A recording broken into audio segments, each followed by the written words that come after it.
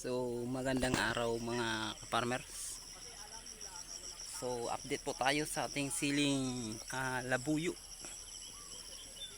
Kita natin mga idol na hitik sa putot at saka mga bulaklak mga farmers. Dahil ito sa ating magandang application ng ating mga ginagawa ngayon o bagong mga natuklasan ng ating mga agricultures or mga gawa ng ating mga chemical. So follow lang po tayo mga idol sa ating mga social media account. Please update my videos. Tingnan nyo po mga idol, oh. Ayan. So itong sili namin bali panlawang taon na po ito mga idol. Pero alam nyo mga idol, wala pa ditong lakas na ulan. Hindi umaambon-ambon pa lang, minsan-minsan lang mga idol. Pero yung sili natin parang nanibago tayo kung bakit ganito ka dami yung putot at saka namutiktik sa bulaklak mga kaparmer. So kitang kita naman natin sa video, lahat ng mga porsyon na yan namutiktik talaga sa mga bulaklak, lahat yan mga kaparmer. Saka yung putot niya or mga bunga niya nga bago, ang ganda, halos matataas. Kasi alam nyo, mga unang application natin mga idol ay ang pinakamahalaga na bahagda ng ating mga tanim, kung paano mga idol ang galing tayo sa kwaresma or mataas na init, makita po natin kung ano ang gagamitin natin mga idol pag simula ng ulan mga idol. Yung sili namin matanda-tanda na to, pero makita natin, oh. Alam nyo mga idol, ang labuyo basta panglawang pieces na ito bumunga o panglawang taon na po, mas lalong gumaganda or dumami ang bunga. Tingnan nyo po idol, oh. Yun, oh.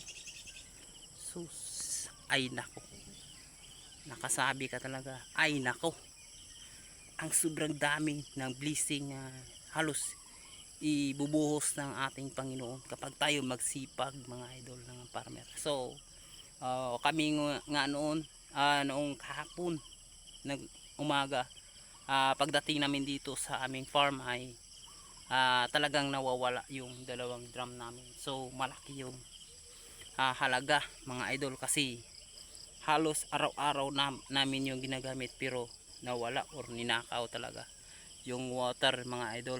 Ang tubig na yan ay binuhos pa yan. So ngayon parang minamasta na po namin. So bunga mga idol, oh, makita naman talaga natin, oh, yung bunga na bago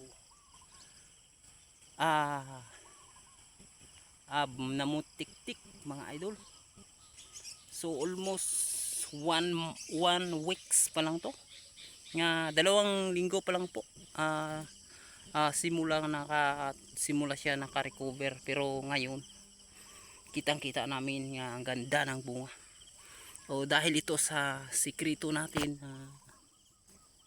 nga ginagamit dito, una mga idol, o magdilig lang tayo. Halimbawa kung tayo ay parating na sa ulan or nakaulan na isang bisis pa lang dol or 2 bisis, nakasimula na ang ulan, ang gagawin natin magdilig na tayo. Kasi hindi tayo magtisok ng fertilizer, kasi walang silbi yan. Kasi ang yung lupa na yan hindi pa masyadong basa mga idol. Kundi gagawin natin magdilig lang tayo para sa calcium. Magdilig tayo ng calcium nitrate mga idol, at saka protektahan natin ng pang fungi mga idol. Like fungo pre, calcium nitrate, soil conditioner. Yun ang ginagamit namin mga idol. Tatlong klase lang po. So ang ganda, makita nating epekto mga idol, oh. Yung bunga niya ang bagong bago, at saka napakahaba ng mga bunga ng ating siling labuyo.